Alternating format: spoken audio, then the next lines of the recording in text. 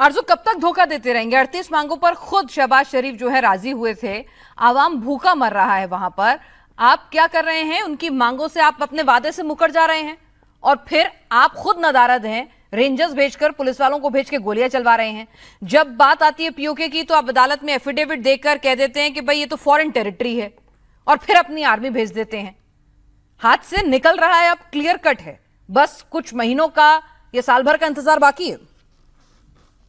देखिए, अगर ये यही गलती करते रहे तो फिर कुछ भी हो सकता है, कोई चीज भी पॉसिबल है। और जिस तरह से इन्होंने कश्मीर के लोगों को नाराज कर दिया है और बार बार ये कहते रहते हैं कि नहीं जी, कश्मीर तो हमारा हिस्सा है और हम कश्मीरियों के साथ हैं, जबकि चाहे वो कश्मीर हो, चाहे वो बलूचिस्तान हो या केपी के हो, यहाँ सब जगह के लोगों को इन्होंने एक तरह से सेकंड क्लास सिटीजन के तौर पे ही जो है बिहेव करते हैं उनके साथ, उनको उसी तरह से रखा जाता है।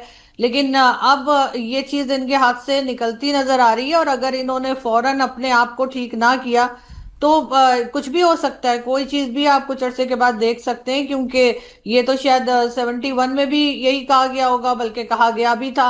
सुनते हैं कि जी कुछ नहीं होने वाला, ऐसा कुछ नहीं होगा, लेकिन आखिर बांग्लादेश के लोग नाराज होकर अलग हुए ही हैं।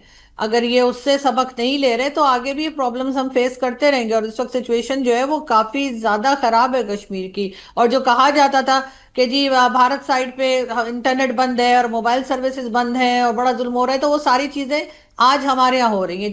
जो भारत को कहा करते थे, एलिगेशंस लगाया करते थे, यहाँ पे मोबाइल सर्विसेज भी बंद है, इंटरनेट भी बंद है और हर तरह से लोगों को जो है वो डरा धमका के कंट्रोल करने की कोशिश की जा रही है।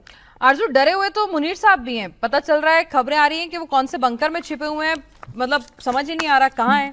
भाई पीओके उनका सबसे फेवरेट टॉपिक है, उसके नाम पर वो राजनीति करते हैं, जगलर वेन है।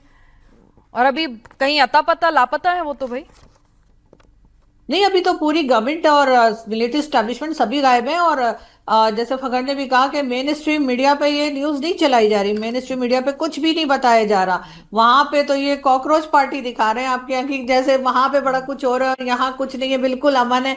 यहाँ पे तो सब बिल्कुल ही कोई और सीन दिखाया जा रहा है। लेकिन डेफिनेटली लोग जो है सब जानते हैं, सारी न्यूज जो है चाहे वो इंटरनेशनल मीडिया से लें चाहे सोशल मीडिया से लें, लोगों के पास खबर जा रही है। लेकिन गवर्नमेंट और मिलिट्री स्टैब्लिशमेंट बिल्कुल खामोश है। हमारे यहाँ प्रदर्शन होते हैं, परमिशन मिलती है, शांतिपूर्ण तरीके से प्रदर्शन होते हैं, कवरेज भी होती है, लेकिन यहाँ तो आवाम पर गोली चल रही है और उस आवाम पर जिसके नाम पर आप पूरी राजनीति करते हुए नजर आ रहे हैं। मेहरान भरी, वक्त आ चुका है जिसे कहते हैं ना कि बॉइलिंग पॉइंट है। अब कभी भी टुकड़े टुकड़े होने वाला है पाकिस्तान। बलोच इस तरफ है, केपी उधर है। आरजू भी कह रही है कि भाई नाराजगी ही होती है, इस हद तक चली जाएगी, फिर एंड में आप कहेंगे हम जा रहे हैं भाई, अपना रास्ता अलग हो गया।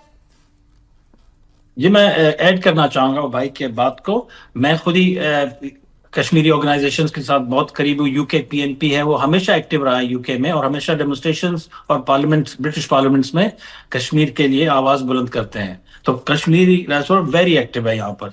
दूसरा बात यह, अंग्रेजी का एक मिसाल है, you can fool some of the people all of the time, all of the people some of the time, but not all of the people all of the time. अभी ऑल ऑफ द पीपल को all of the time नहीं कर सकते हैं। तो पाकिस्तान अभी expose हो चुका है। और ऐसे जैसे सब कह रहे हैं कि कोई मीडिया पे नहीं आता, मीडिया पे आए या ना आए, इनका हकीकत वाजे हो चुका है दुनिया के सामने। हमारे सामने तो ऑलरेडी था, हम बलोच के क्या बोलते फ्रंट रो वाले थे। तो अभी सब पे वही चीज हो रहा है जो हमारे साथ हुआ। तो इंशाल्लाह आप जैसे कह रहे हैं हम सब आजाद होंगे।